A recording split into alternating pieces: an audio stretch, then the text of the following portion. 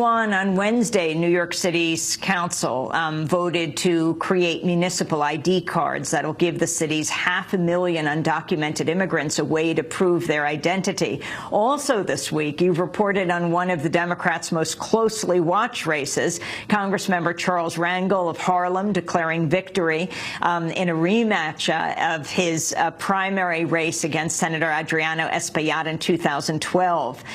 Charles Rangel's 84 years old. He's served in Congress for 43 years. Can you talk about both?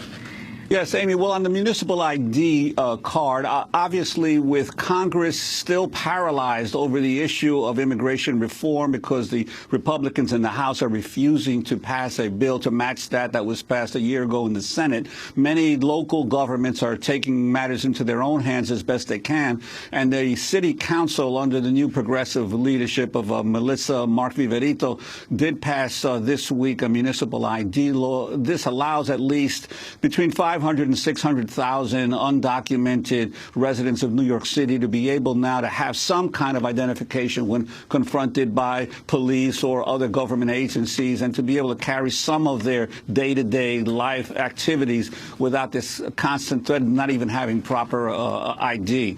So it's a big step forward for the immigrant community here in the city. As for the Rangel race, this was, as you said, a rematch.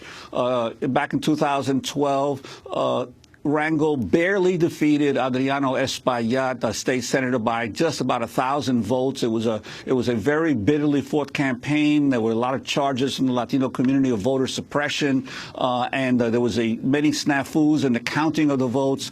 So now, 2 years later, Espaillat challenged him again, attempted to challenge him from the left within the Democratic Party, accusing Rangel of being in the grip of a lot of the banking interests in the city.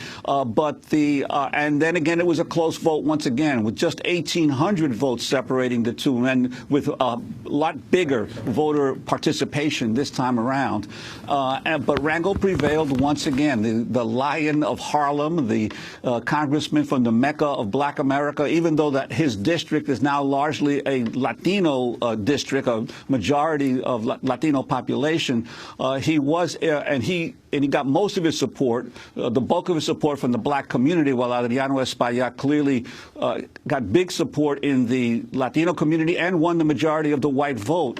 But Rangel was able to pull away a significant share of the Puerto Rican vote in East Harlem, and was able thus to barely eke out a victory, and he will return to Congress once again.